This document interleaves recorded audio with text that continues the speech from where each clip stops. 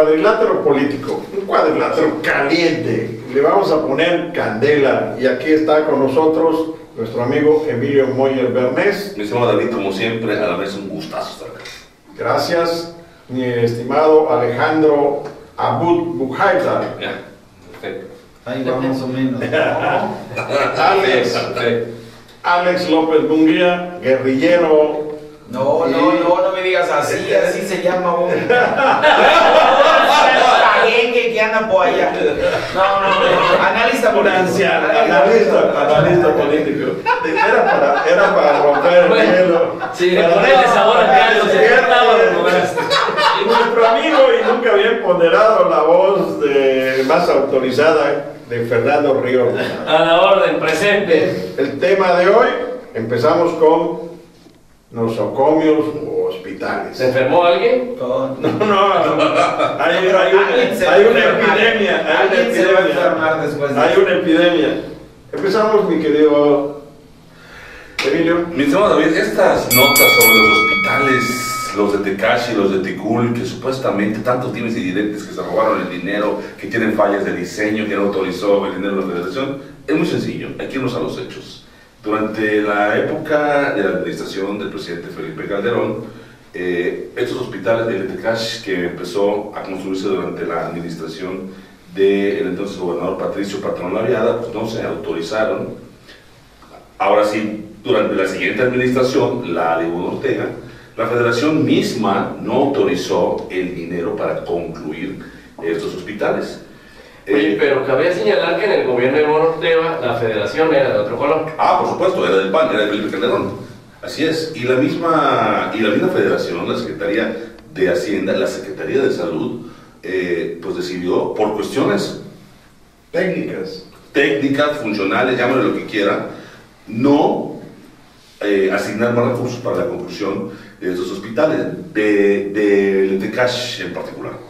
Pero la cuestión es que en estos días hay un revuelo completo, que se robaron dinero. Está el exgobernador Patricio Patrón Laviada y el senador Daniel Ávila Ruiz. Le dicen el Gobernador. El desgobernador. Andan diciendo en redes sociales, en medios nacionales, en medios locales, barbaridad y media, pues que además no estaría sustentada porque no muestran absolutamente nada donde diga, oye, aquí están los documentos que lo avalan. Y la situación tiene un tinte de contaminación político-electoral claramente manejado desde un medio informativo, que es el Diario de Yucatán, que todos los días en las últimas semanas, puntualmente, agarraron silencio electoral. así es, pero ellos están haciendo su propio ruido. Golpeando a una exgobernadora que está en una posición política a nivel nacional del Partido Revolucionario Institucional, y al mismo tiempo golpea por así de tres bandas o carambola a los candidatos que se están exponiendo para la próxima contienda. Y fíjate que esta semana estaba leyendo un editorial que escribió aquí nuestro amigo Alejandro López Munguía, y recordé que en el programa, que en el entonces programa de Radio Primera Plana, en su momento analizamos el tema, entre varios analistas, mi padre, otras personas, y llegamos prácticamente a las mismas conclusiones, que era a lo mejor una cuestión política en ese entonces del Partido de Acción Nacional, que le quería bloquear al entonces gobernador Ivonne Ortega.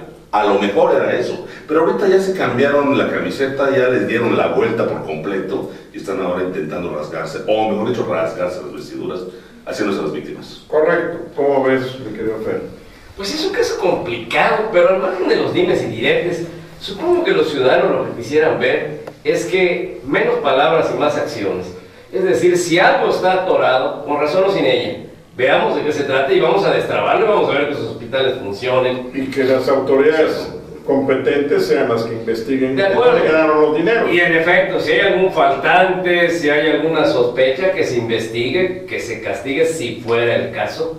Pero no se ve tan fácil que habiendo una autoridad federal de un color distinto tú te puedas llevar dinero y la auditoría superior y la función pública no se den cuenta.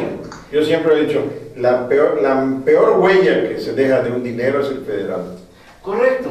Y entonces, ¿qué pasó? Bueno, no tiene caso desgastarnos las vestiduras en que si se lo llevó, que lo demuestren. Porque no se trata nada más de agitar el caldo para ver si le salen burbujas y sacar raja política en estos tiempos en que efectivamente pues los candidatos no pueden hablar. Si hay algo atorado, pues que nos digan qué es, que se destrabe y que sirvan esos hospitales. Veo muy pensativo a mi querido amigo Alejandro López Munguía. Esto quiere decir que su mente está girando en torno, ¿cómo ves? Por cierto, sabes que Popocatépetl ayer explotó. A mí me queda muy claro que es un asunto de índole político, electoral, y que tiene dos actores fundamentales aquí. Uno, el exgobernador, y otro, sus ex amigos, Felipe Calderón y los funcionarios del gobierno federal. En realidad ahí está el tema, porque quienes le dieron una patada al proyecto original fueron precisamente los funcionarios del gobierno de Patricia Patrón Leviat. Quieren involucrar. Funcionario del Sí, quieren involucrar a Iván Ortega, y Iván Ortega no tuvo ni vena de entierro. El tema realmente es federal. ¿Dónde quedó el dinero? Yo creo que a Patricio le debería quedar muy claro que hay reasignaciones. Ese dinero nunca se dispuso. Nunca se dispuso ese dinero que aprobó supuestamente el Congreso y que lo anunció Daniel Ávila en su momento diciendo que ya conseguimos 50 millones pues, cuando era diputado federal, finales de 2011, y ahí van para que se termine. Sí, claro, nada más que la Secretaría de Hacienda, que en ese entonces estaba en manos de Ernesto Cordero, dijo, no señor, no se liberó. Porque hay una auditoría de la Superior de la Federación en donde se establece que hay inconsistencias y pum, taponean y ese dinero pues se reasigna. Pero acabas de mencionar un nombre muy interesante esto, Daniel Ávila.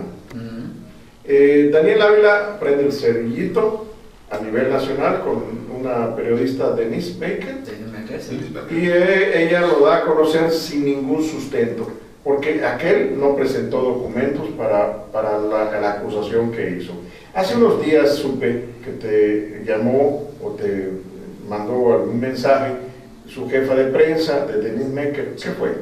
Ella me cuestionó el hecho de que no habíamos presentado el documento, la auditoría, y me cuestiona el hecho de que cómo es posible que yo haya redactado y publicado ese artículo sin ese documento. Yo lo que le dije es, hay una regla en el periodismo, primero es la fuente primaria, y en este caso la aludida era Iván Ortega. Yo entrevisto a Iván Ortega y le damos datos precisos.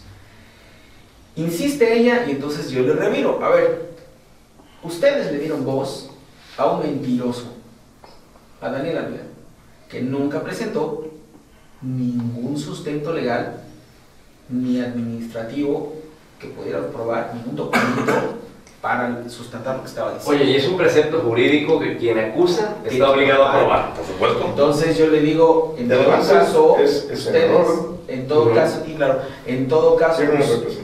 caso, ustedes cometieron un gravísimo error al darle veracidad a un mentiroso.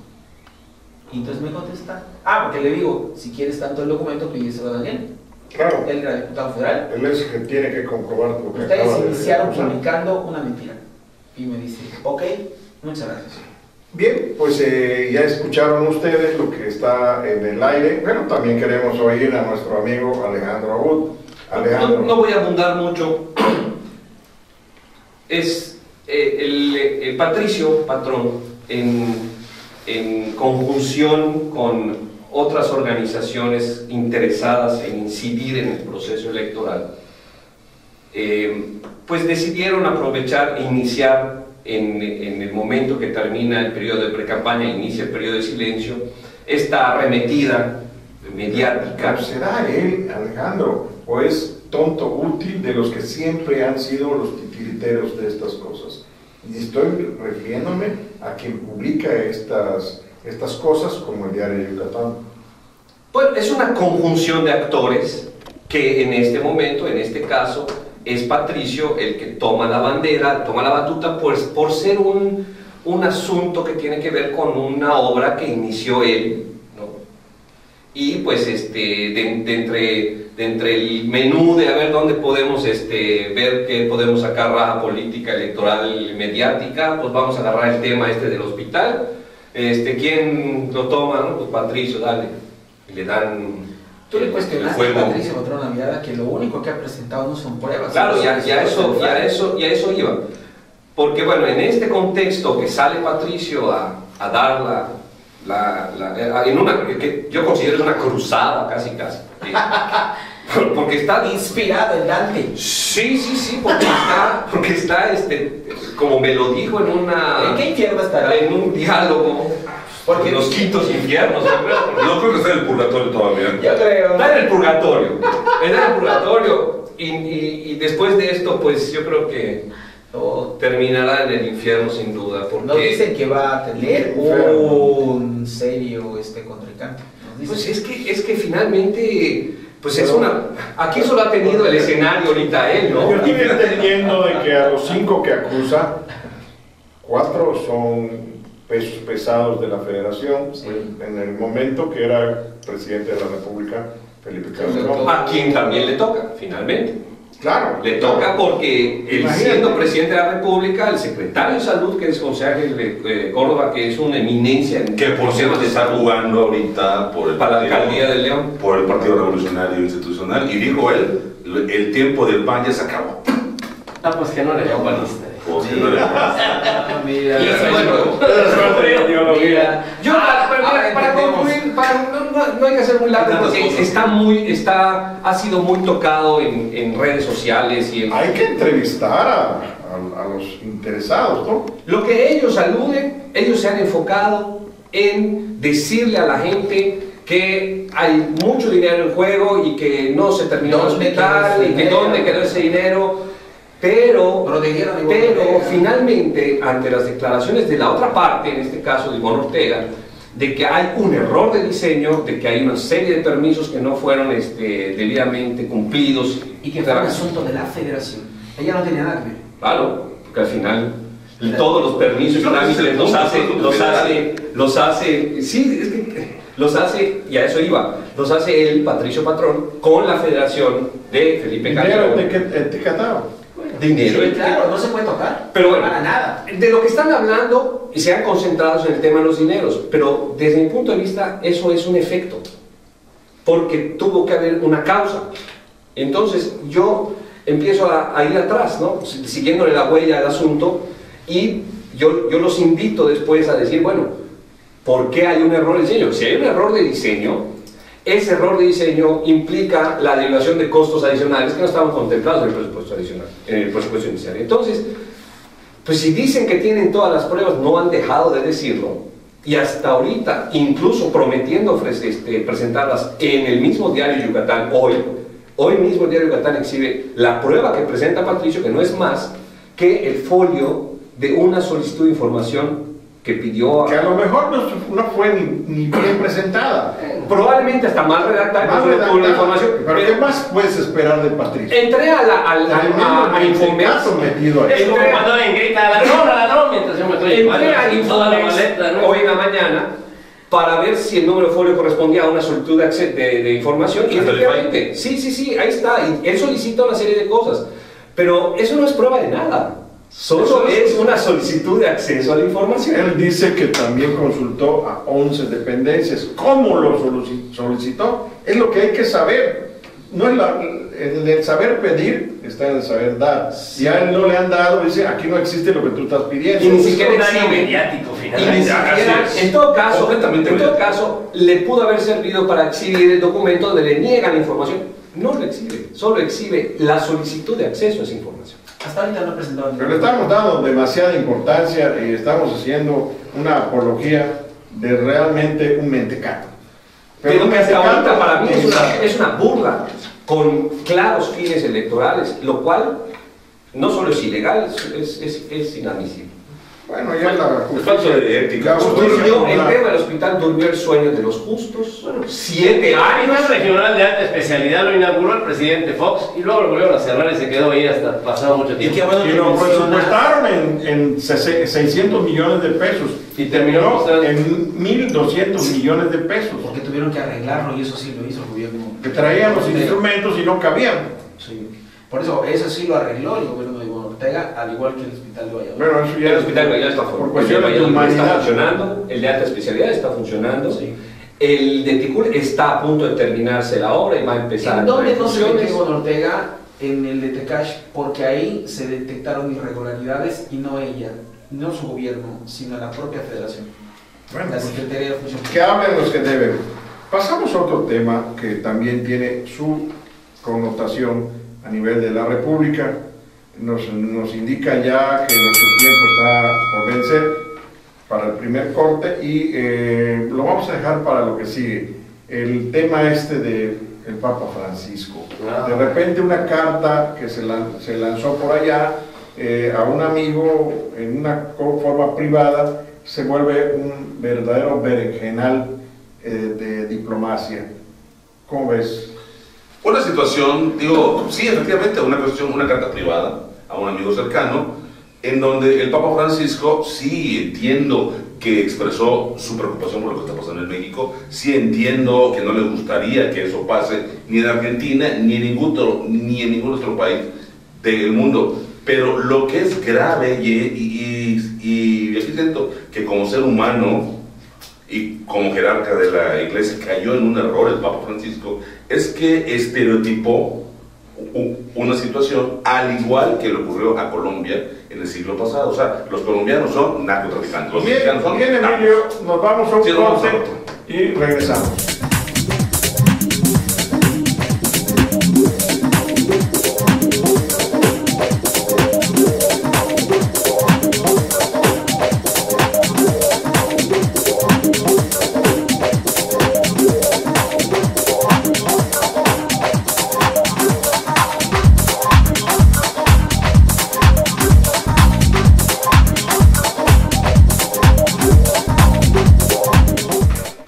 Pues ya montados sobre el chivo, aquí sobre el ring, y pues con nuestros grandes amigos que realmente se ponen calientes cada vez que se toca un tema. Estábamos con el tema del Papa Francisco por lo de una carta que se hizo pública. Así es. Y mi querido Fernando, ¿qué hablas de esa carta?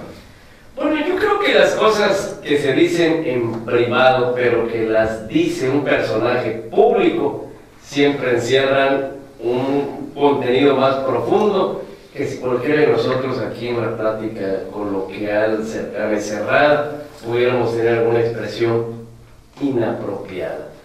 Creo que, bueno, pues allá hay un error de quien abre al público lo que era privado, lo que viene destinado a mí es mío, no de los demás. Y el término mexicanizar, viniendo de labios de la más alta jerarquía de la Iglesia Católica, cobra una dimensión que a lo mejor no es tan, ¿cómo llamarla? No es tan dañina, no es tan Sin embargo, peligrosa como el parece. canciller José Antonio Sí, Meade claro. acaba de mandar una respuesta a eso, y en el que dice que México... Porque una vez que ya tocaste las fibras, el gobierno mexicano nos puede pasar como que no lo ha visto, como que no lo oyó y tiene que respetar. Pero hay una acotación por ahí que hace la prensa a nivel nacional, que al final es un documento no oficial, que no tendría por qué tener una respuesta oficial. Cierto, era entre dos personas físicas la comunicación. Ajá, y ahí sí la acotación en que por qué el gobierno mexicano Pero permíteme, porque él también aclara que fue por conversación con obispos mexicanos. Recuerda que ahí tenemos a un yucateco también, ¿no? Correcto. Y que se acaba de nombrar a un nuevo obispo como A Suarecinda. Suarecinda. Y que le están informando los obispos Claro. al Papa, porque el Papa es un receptor. Sin y si embargo, algo dice, pues que va, ¿qué onda, no? Sin embargo, aun cuando no es una comunicación oficial per se, y no tendría por qué tener una respuesta oficial, sí hay una filtración de esa comunicación que es privada. Y si bien no se hizo oficial de manera oficial, pues de alguna manera se filtró y se convirtió en una comunicación que sí merecía una respuesta, finalmente. ¿Por qué? Porque en una situación en la que está viviendo México, que el mismo Vaticano reconoce, de luchar contra el narcotráfico, de tener Con una aclaración ya. Sí, porque al final sí se reconoce el trabajo que está haciendo el país en torno a este tema. Pues el impacto que causa la declaración de quien viene, ¿no? El Santo Padre, Papa Francisco, el líder de una iglesia de más de 1 millón de habitantes del mundo, sí merece la pena, sí merece la atención. Y quiero retomar un poquito lo que decía Emilio en cuanto al concepto mexicanización, que por cierto, ¿qué se le atribuye a ese concepto? Que por cierto, y ahí voy, un breve paréntesis, ayer fue el Día de la Bandera Mexicana, ¿no? Y aquí está representado, ¿no? Verde, blanco y rojo, queda como nomás una anotación, sí. El término mexicanización tiene la connotación del término colombianización. Recordamos que hace 20 años Colombia pasaba una situación muy similar a la que vive México en el tema del impacto del narcotráfico en las instituciones, en la vida cotidiana de Colombia, al punto de que cuando tú escuchabas que el cuate era un colombiano o que el asunto era de Colombia, Emilio Escobar Gaviria, o quien fuera, o sea, Pablo. sí, tú terminabas Pablo Emilio. ligando el concepto Colombia con droga. Sí. Tú ya le decías, tú salías con un amigo colombiano, tú le decías, Estás metido en drogas. O voy a Colombia, usar drogas. Como aquel campechano que, perdón por los campechanos, le pidieron que traiga, cuando se iba a Colombia y le dijeron, ¿traerás coca? Y dice, no encontré, nada más traje Pepsi. Y voy a concluir con que, bueno, el término mexicanización obedece a ese antecedente, porque está sucediendo finalmente lo mismo que sucedía en ese entonces en Colombia. Colombia corrigió, México está corrigiendo, pero también hay que hacer notar que Argentina no se va a mexicanizar en ese contexto, porque Argentina está en un lugar muy alejado del mundo. Que si bien Colombia se colombianizó, se colombianizó Es un trabajo. por el tema de las drogas que producían en Colombia para llegar a Estados Unidos.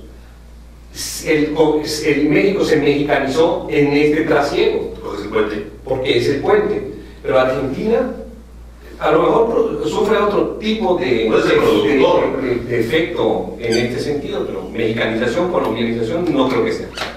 ¿Qué no fue dicho además?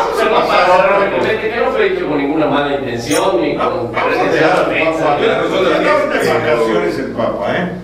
Está el descanso, la época de silencio también. Déjame nada más compartirles un tuit que envié ayer que decía al Papa Francisco que lo entiendo, ¿no? que esté preocupado por la mexicanización de Argentina, porque de ser así pierden toda la esperanza de volver a ser campeones del mundo. Es cierto. Pero pasemos a un tema mucho más local. Katia Bollio, 2 candidaturas. ¿Qué nos puedes decir, mi querido Alejandro? Pues bueno, en contexto, resulta que el Partido de Acción Nacional en Yucatán postula a Katia Bollio Pinelo, para candidata plurinominal, la número 2, que le corresponde a las mujeres, y el Comité Nacional ratifica la petición del Comité Directivo Estatal de hacerla candidata al primer distrito. Esto obviamente ha generado una serie de Pero comentarios. alguien entrevistó a Fernando Bárcena Pérez. Nosotros, sí, como no. Sí, desde tu punto de vista, sí. ¿qué te dijo? Que es legal. Pero fíjate, ayer, platicando con algunos abogados, Expertos. notables, expertos, decían que es ilegal. Es ilegal, y bueno, Orlando Pérez Muguel, el presidente del Verde Ecologista, nos hace el favor de transcribirnos lo que dice el artículo 11 del la ley de participación ciudadana, donde dice que un candidato expresamente no puede ostentar dos candidaturas al mismo tiempo del mismo proceso. Tendrán que liberar esa situación, Ahora, deliberar esa situación en el INE, ¿no? Me llama la atención el silencio de los otros partidos. Si es ilegal, deberían de estarlo vociferando. pero claro, pero además te voy a decir una cosa, Fer, el tema es el acandalle. La gente se está quejando al interior de PAN de que el grupo político que encabeza Renan Barrera se agencia prácticamente todo. Y hoy, digo, siendo 24, 25, nos despertamos con que la candidata ganadora, Yajaira Centeno, ha sido denunciada por Ramón May, su oponente, que perdió ante la Procuraduría, Fiscalía General del Estado. La Fiscalía General del Estado, porque compró votos. Entonces, está que se le cae la candidatura. Pero hay la amenaza de que también suceda en otros distritos. Y ojo, Están hecho un merengue, ¿no? ojo, alguien me explicaba por allá, muy dentro del Partido de Acción Nacional, que se ve afectado por los intereses de Renan y de la manera en la que salieron con todas las prácticas que siempre han criticado porque las hacen burdamente, con prevotos, acarreos, este rollo, que también peligra la candidatura de Mauricio Vila. ¿Cómo? Sí.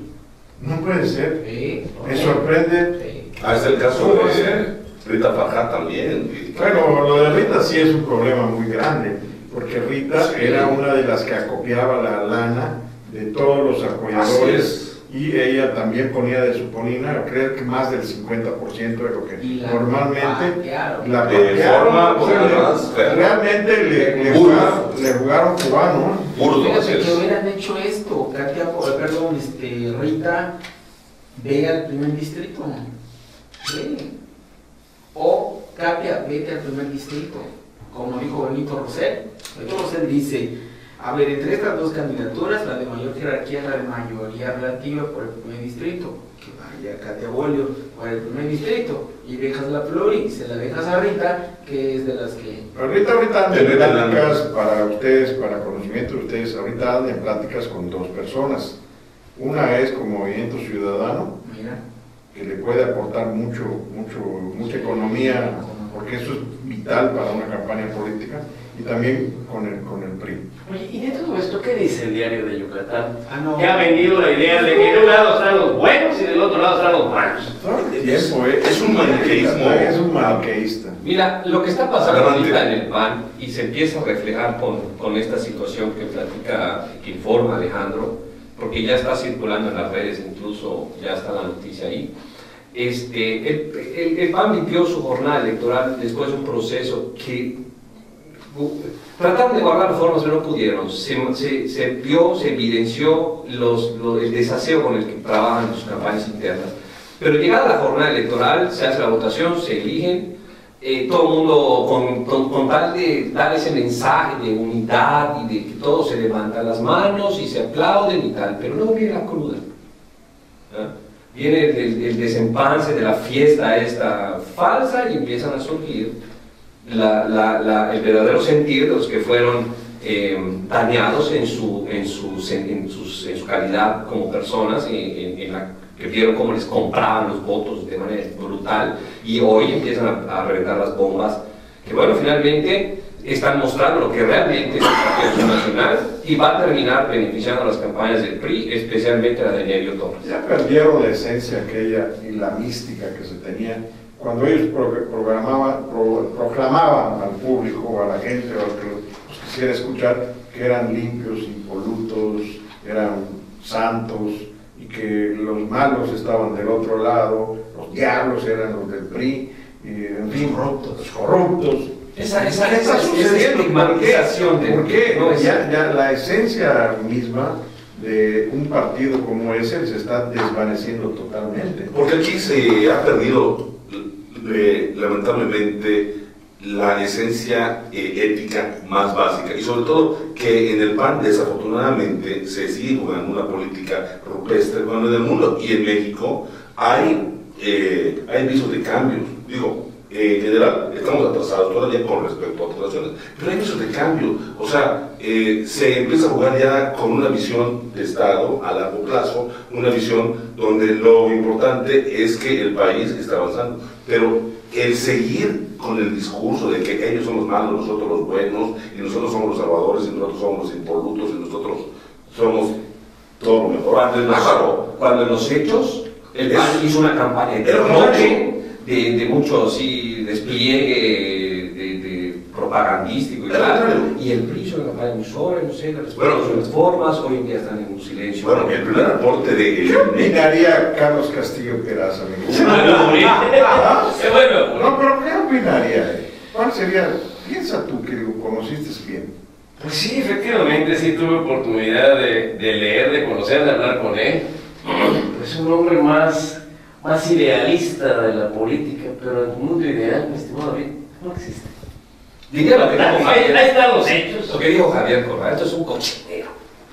Pero sí ahí. Bueno, si ya estamos hablando de cochinero, no vamos a pasar a algo mejor. Pero hay una cuestión muy interesante, antes de que hagamos el cambio, el primer reporte del INE en cuanto a los medios informativos, el PAN y el PRI, el PAN y el PRD son los que han ocupado el mayor porcentaje, entre un 26 y un 29% de los tiempos oficiales, mientras que el PRI está en un lejano 13%. Eso es a lo que vamos. O sea, ha sido una precampaña muy discreta, un uso muy racional que, claro, están esperando a que arranquen las campañas. Solo para rematar, lo que quieres decir yo lo traduzco de esta manera. En el PRI se están pasando de tolerantes porque se asustan cuando un panista dice corruptos, pero cuando los corruptos se demuestra son ellos, el priista solo se ríe hacia abajo. Muy moderado. Y cree que no hablen de mí, no digo nada. Señores, aquí está faltando dos acá priista para poner en su lugar a los panistas. Ya tenemos algunos en el gobierno. Terrible, sí, Me cobran muy bien. Bueno, pasamos a un tema final que ha causado cierto escozor, que no sé cómo lo van a sortear, el famoso cheque de Luis Miguel. ¿Cómo es? Bueno, esto que ha dado tantísimo de que hablar, el concierto... Breve y conciso. El concierto de Luis Miguel, donde no se cumplió con el reglamento municipal de espectáculos, del pago de la fianza para que pueda efectuarse el mismo, no hubo esa fianza, y pues obviamente los que quedaron bailando, por obvias razones. Se dio un cheque en garantía de 5.258.000 pesos un día antes, cuando el reglamento marca que son 10 días anteriores, y que garanticen el pago del contrato completo. Y por medio de una persona. Además de que el artista nunca firmó. Así es. Entonces, es una cuestión sumamente grave, cuando además dice que debe ser una empresa afianzadora, porque para eso están en este país, para todas referencias. Pero bueno, hay quien sigue pasando la vida. Fernando, un mensaje final.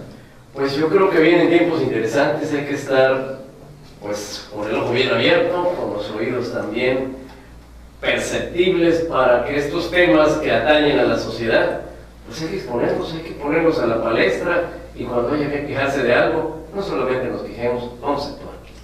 Alex. Pues bueno, como dice Fernando, muy atentos, porque los ciudadanos somos los únicos que padecemos la corrupción, la impunidad, el cinismo, y caramba, de nuestro dinero, o sea, se mantienen estos políticos corruptos. Qué pena, ¿no?